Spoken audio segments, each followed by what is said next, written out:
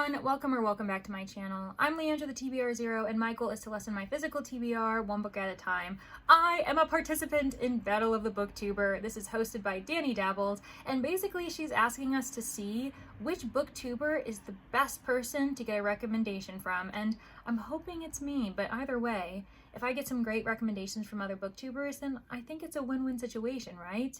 I am competing in round 1 against Lada from Lada's Nook, Katie from I Would Rather Be Reading, and Nell from Nell Diamond. What's really fun about it is that we have recommended 2 books to each person, and now we have to vlog about it, let you all know what we think as far as our ratings, our thoughts, our reactions. Did we get an all-time favorite from one of our competitors? And then Danni does all the math magic in the background. The catch is that we don't know which booktuber has provided us with which recommendations. So today I'm focusing on booktuber B. Whoever you are, you've provided me 2 very interesting books to read. The first one is Hookie. This is a juvenile graphic novel, according to my library, and it's by Miriam Benastre Tour. I am very excited about it. Oh, look at those colors! I think it's gonna be really fun. This has been on my radar for quite some time. I've seen a lot of other booktubers mention it, and I don't know anything else about it beyond the fact that I'm assuming it's very witchy, and I am hoping to continue going in blind. I'm not going to look into it. I'm not going to look on Goodreads or anything like that because I do want to be surprised. While Hookie was my #1 recommendation from booktuber B, the second one is also intriguing to me. This one is Assistant to the Villain. It's by Nicole Hannah Mehrer. I don't know how to say the last name, but it is a book that has also kind of been very popular on Booktube, especially after it was placed on the Goodreads Awards nominee list. I did see some mixed thoughts about that because some people didn't like the idea of it being, was it in the romantasy category? I think it was. And some people didn't think that it had enough romance in it to count as romantasy, but obviously it was well loved because I think it got a lot of votes. So I am keeping my expectations open, entering the book objectively. However, I have seen some mixed thoughts, both people who've adored it and those who thought that the hype maybe wasn't actually worth it. And to keep things interesting, I am probably going to start with Assistant to the Villain. I only have the ebook and audiobook for so many days, and it's going to expire before I ever pick up Hookie, so priorities. We're being practical here. I am really intrigued by these 2 options, especially because even though they're 2 I've been meaning to read, they aren't books I probably would have picked up anytime soon on my own. So we're gonna see what happens, but make sure to make your own predictions. Which book do you think I'm gonna love most, and do you think they're both gonna be all-time favorites? We're gonna see. I'm about to turn in for the night, but I did just hit 33% into Assistant to the Villain and thought this would be a good time for me to provide my first update for the vlog, and I am finding the romance quite sweet. I'm really confused. I'm gonna have to look into the whole controversy or opinions as far as Assistant to the Villain being in the romantasy category, because I'm finding the romance to be more at the forefront than the fantastical world that it's set in. This is feeling very much rom-com, contemporary romance, and magic, dragons, and the like just happen to kind of be happening in the background. So I'm kind of confused as far as the expectations I had going into it. As far as contemporary romance goes, it is definitely a grumpy sunshine, and it's very sweet. Like, yes, nothing's really happened so far, so it's certainly not spicy, but you can definitely tell that there's romance blooming between our very grumpy, dark villain named Tristan. Yes, that's a very mild and kind of odd name for a villain that, you know, strikes fear in everyone who meets him, and the very sweet, kind, optimistic Evie.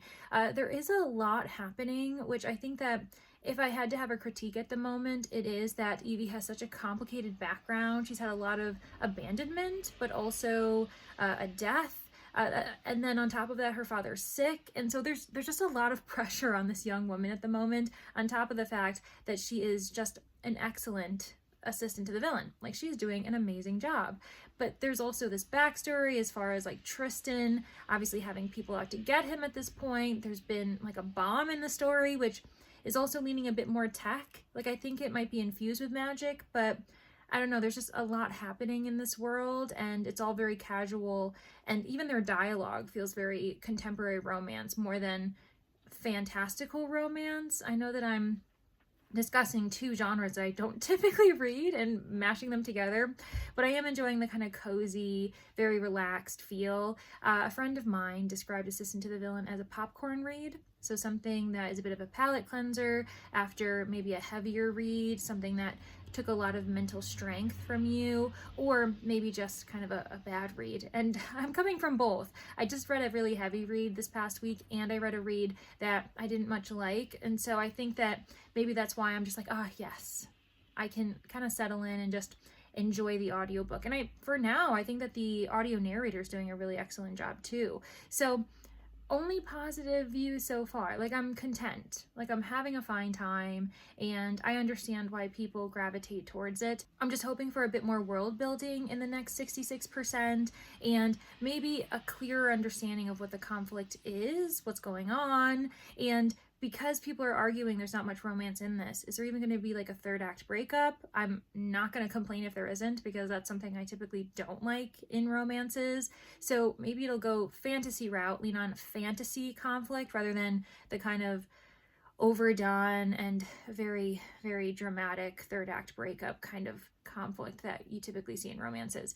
That's all I got for you. So crossing my fingers, but this is a pretty positive update, and we'll see what happens maybe once I get through another third of the book. Good night! I am 2/3 of the way through Assistant to the Villain, and my feelings really haven't changed. This is a book you can be content with. I don't love it, I don't hate it, but I'm having a fine enough time where I'm invested in the characters. I want to know what happens to Evie and the villain, and there is an overarching conflict beyond their relationship that involves the villain and his long-standing war with the king. So I want to see how that ends up ending. But if I get down to it, this is a contemporary romance in an office setting that happens to be set in a storybook setting. That's pretty much what it is. Yes, there are fantastical elements.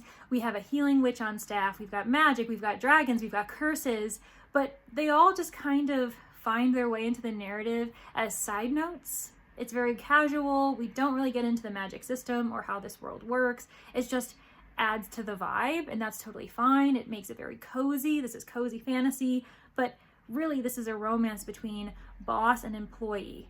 That's what it comes down to. And the boss happens to be evil. And I'm not complaining. I understand why a lot of people like that dynamic. It's very cute. It's very quirky. This is a very quirky romance with Grumpy and Sunshine at two very different extremes. And I find myself more invested in one person within this couple than the other, because his development has been a bit more impressive than hers. So Tristan, our villain, finds himself asking a lot of questions about his villainy, his status, his profession, and what it means to be a villain, while also having someone like Evie in his life. Meanwhile, Evie hasn't really changed. She remains the optimistic, smiling woman who's clumsy, quirky, and just kind of throws in some humor once in a while. And yeah, she has a somewhat tragic backstory, but it's all just kind of there and surface level. So I would have liked to see more development with her, whereas for now, we've really only focused on the villain as far as really getting deep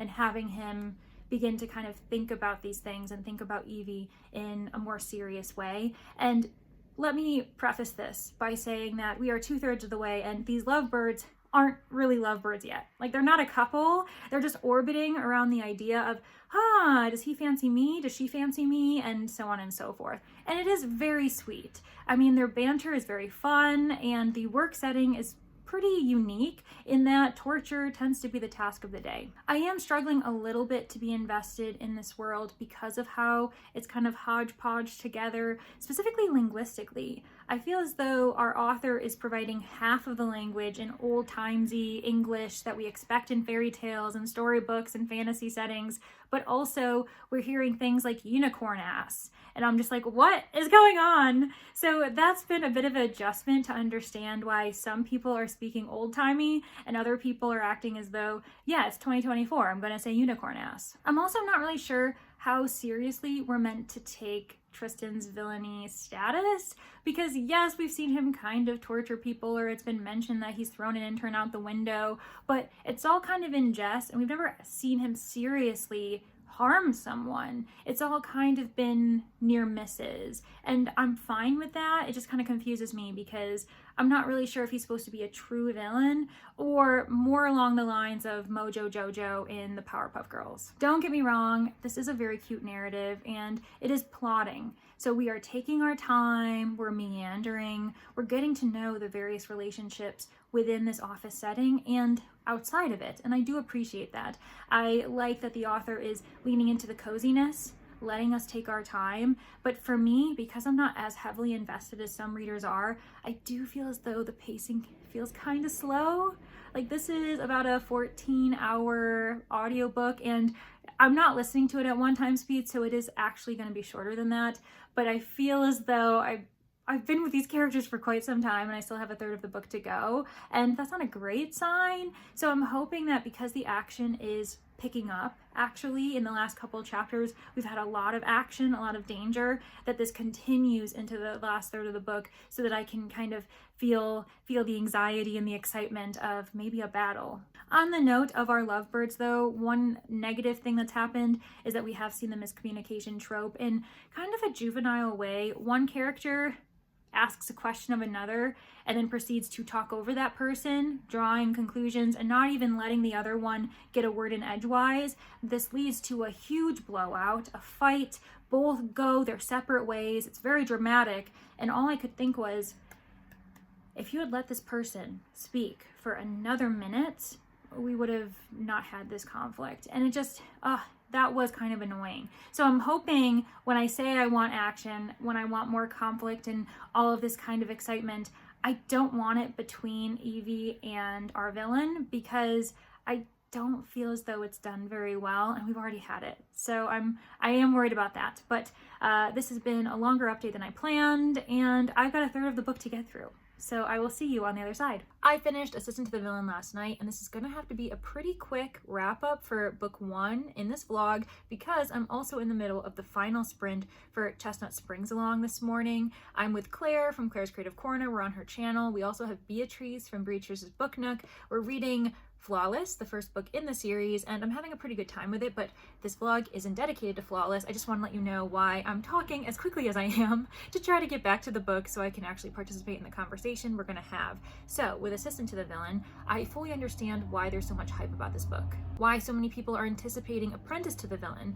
It's a very fun, cute, not to be taken seriously narrative. We have a quirky, grumpy sunshine romance going on, and there's a bit of a taste of the fantasy elements. This could be a pretty good book for those who are hardcore romance readers to see if they want to make the transition into romantasy, because really the fantasy elements aren't really that important. They're just kind of on the side. They impact the plot kind of, but in reality the main focus are the relationships and the romance at hand. It's a slow burn romance.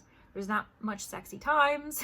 There aren't any sexy times, I should say. It's not spicy, but it's very PG-13, and that could work for certain audiences. For me, this book did kind of fall flat, and I think that's because I did struggle with this balance of romance and fantasy. I wanted more world building. I wanted to understand why the world was the way it was. I also didn't fully believe that the villain was as evil as he was meant to be described. Apparently he tortures a bunch of people. He's thrown an intern out the window. He's done a lot of bad stuff, but I just didn't believe it, because we were often told that he did these things, and then when he was interacting with a bunch of other people, he actually just seemed like a grumpy guy who kind of had a soft spot and didn't want people to know about it. Okay, that doesn't make him a villain. And I continued to struggle with the syntax, the fact that we were juggling very modern language from certain characters, and then randomly a character would kind of speak old-timey, and I'd be like, what are we doing? Let's lean one or the other, because the blending of the two is feeling a bit clunky and it's starting to confuse me. So that was something that I just never really got over. Plus the plotting was kind of all over the place. It felt as though maybe the author didn't really know how she wanted the characters to reach point B. Like she's like, okay, I know we're starting at point A. Now, how do I get them to point B? And just kind of zigzagging and throwing out events that I was like, we didn't anticipate this. Like specifically, I'm not giving any spoilers away, but there's a party, like an event, an occasion that Evie attends. And when she gets the invitation, I'm like, where did this come from? Like, why is this happening? Why are they here? What's going on? And it just kind of adds to the silliness of it, and it's not as clean. It's not as well plotted as I would have liked. And then there's the reveal for the overarching conflict that doesn't involve the romance. It's the question of who's the traitor, who's supposedly trying to plot the villain's demise within their own ranks. Like, what's going on? Who has been lying to them? And they thought they were an ally. In reality, they're part of the enemy. When that was revealed, I'm not upset or frustrated or really surprised by who the person was, but the 180 on their personality, on their actions, on their behavior, on like just the way they acted really startled me. It was very jarring and it felt forced. It didn't make much sense because we didn't have any hints or kind of suggestions, nods to this person's true self. So that was really weird. And it went from 0 to 100 really quickly in the last, say, 20% of this book. And I was like, what are we doing here? So I didn't find it very satisfying. The ending was pretty chaotic, and at that point I was just kind of trying to get to the end and be able to finish the book. So that tells me this is a middle of the road book for me. At the moment I'm sitting at a 3-star. We'll see how I feel once I give myself a few more days to think about it, so that when we come to the end of the vlog I can provide you with my official ratings for the competition, so that we can see what Danny's going to do with it and how that affects the scores. But for now, it feels like it's a fine book. And I don't actually begrudge the person who recommended it to me. So thank you, Booktuber B. I appreciate your attempt to give me this book. I understand why you did, because there are certain elements on paper that I should really like, but it didn't hit the way that I was hoping it would. So that's okay. It's a fine book, and at least I didn't hate it, right? On that note, we will be moving on to Hookie. You can see I've already started it. I'm only 2 chapters in, so I'm obviously not going to provide an update, but I was thinking that because it's a graphic novel, I'm probably going to maybe go halfway, let you know how I feel, and then just finish the book, because it just isn't as long as the narrative for Assistant to the Villain was, and I probably, if I sit down and read it, I'll be done in a day anyway, so that's something to look forward to, and I'm really looking forward to it because the art seems really pretty and really cute, and this will be a really fun palette cleanser to end the vlog with. I am halfway through Hookie, as you can see, and I actually ended on a pretty big cliffhanger. I honestly just put my bookmark halfway through the book and I was like, okay, I'm gonna end at that chapter, not knowing that this was a pretty dramatic ending to the first 50%. And I am having a good time with it. It's very cute. The drawings are just honestly gorgeous. It's got a great cast of characters. Oh, look at that. Yeah, it's really lovely, and it follows these twins, Danni and Dorian. They are witches, and they're just at the beginning of learning how to use their magic. Both of them have their own strengths while also having their own weaknesses, whether it be magical weaknesses or just like interacting with the social world. Both of them have also been kind of sequestered away by their parents. They're living in a world where witches are deemed as terrifying, as evil, as beings that you shouldn't trust, and a lot of people want them eradicated. But then because of that history, there's also a lot of animosity within the witch community towards non-magical people. And so it seems as though we're juggling 2 types of just like warring sides. One in which a group wants all witches gone. The other group in which witches want to basically make up for lost time, to redeem themselves, to seek revenge on those who would burn witches at the stake. So those 2 are not obviously getting along. Meanwhile, our poor little twins, they just want to make friends. They believe that witches shouldn't have to hide, that not all witches are evil, so they should be able to interact with non-magical people, make friends, and it's very sweet, the fact that they both are just so optimistic. However, throughout the first 50%, they do go through some trials. Their optimism is shaken at times, especially when they're faced with those who refuse to listen to reason. They won't want to take the time to get to know Dorian and Danni before trying to enact violence on them. So it's been a really interesting book, quite complex for a graphic novel, for a juvenile read. There are some moments in the plotting, the way that the panels are working, that I feel as though conversations go unfinished, and I would like the author to have taken a bit more time to provide some continuity between chapters, between scenes. But it is very sweet, it's very funny.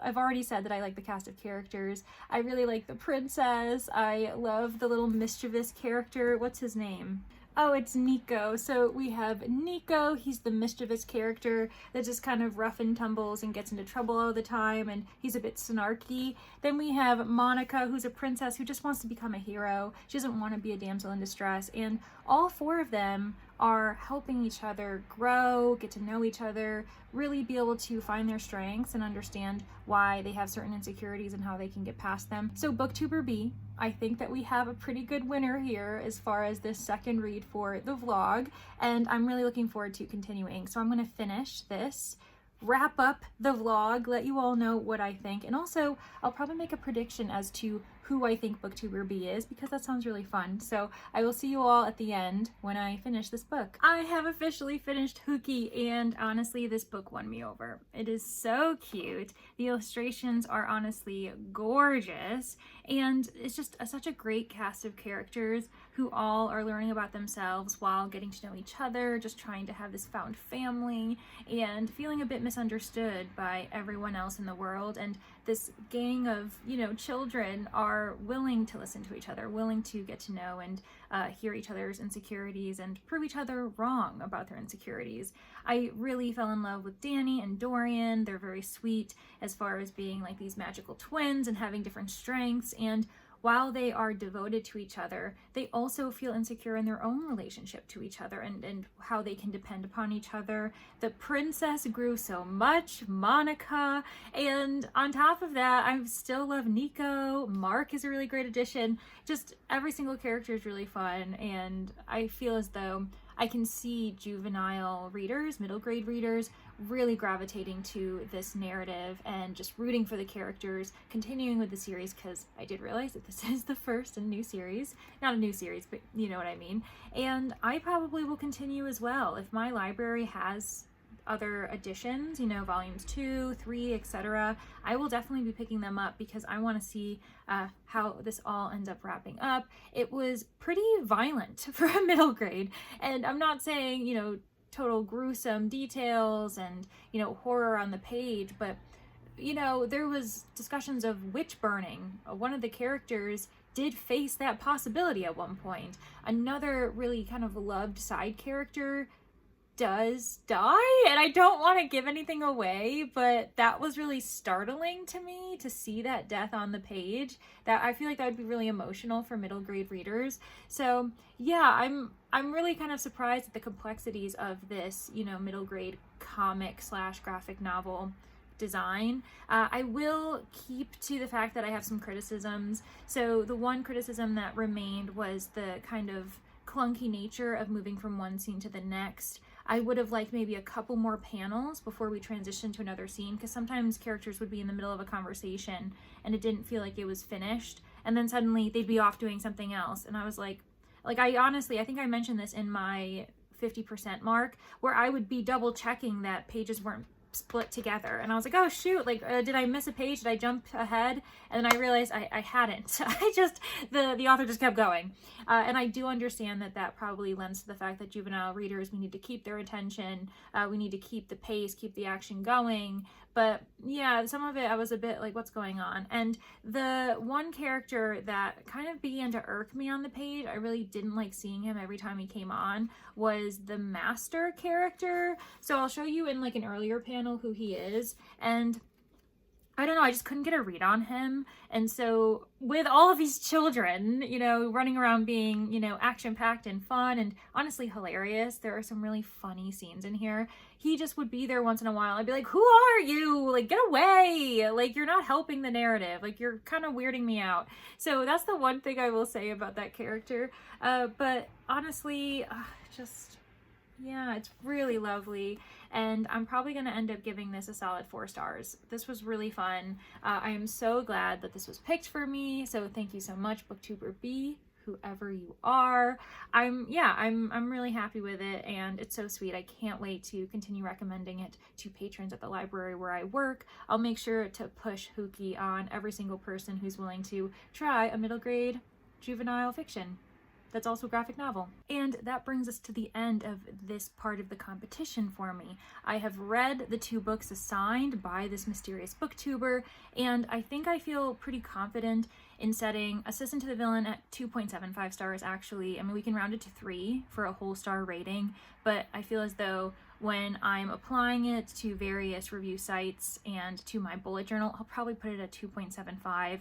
There were some really cute elements. It started off really strong. I remember I was so invested in kind of the quirky, fun banter between the love interests as soon as they met upon each other, you know, in the woods during this chaotic scene of trying to run for their lives. That was really fun. But then I felt as though their banter lessened in that nature. It wasn't as sharp. It was a bit more silly and cutesy, and I think I needed a bigger balance between the fantasy and the romance. Also, as I've mentioned, a few of the choices by the author for the ending just didn't feel really right to me. I didn't think it was developed enough and believable for where the narrative was going. I am glad I'm able to say that I read it, so I appreciate this booktuber for kind of testing the boundaries, taking a chance, and giving me a book that's definitely outside of my comfort zone. I don't tend to read romance very often. I don't tend to read fantasy very often. So actually both of these books I would say were pretty chancy.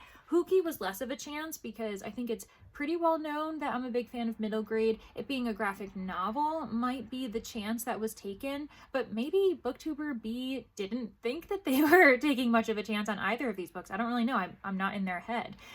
But this one was definitely the favorite of the 2. I'm giving it 4 stars. And good for Booktuber B because obviously Hookie worked out as a potential risk. It was also the top recommendation for me by this booktuber, so they're definitely going to get some good pointage to their own averages, and in this competition they're going to do really well because I'm giving this one 4 stars. Assistant to the Villain, that was the second option provided to me by Booktuber B. I feel like I keep saying Booktuber B and now I'm questioning myself if this is Booktuber B. I hope I'm right. Please, Leandra, be right. So with Assistant to the Villain, I suppose there is luck in the fact that it is the second choice, so it's not worth as much, and it's not as big of a deal that it's 2.75 stars for me, aka an average of 3. But yeah, now it comes to who did I think? Who did I think was the person who recommended these 2 titles to me? I will say, when I initially saw the titles, I immediately had Lada in my mind, and then when I had a bit more time with them, kind of looking at the various options provided to me by all of the booktubers, I kind of was more settled on Katie, because I know that Katie really likes romance. She's a huge romance reader, and so is Lada.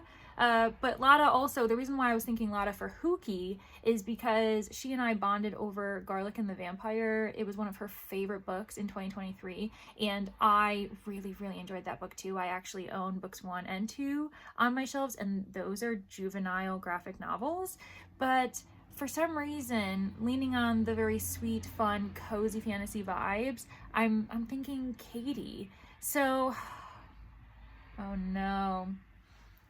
Katie and Lada, they're going to be the ones that are the toughest for me to choose between, I think, for the books recommended to me. But, oh no, I don't know which one to choose, actually.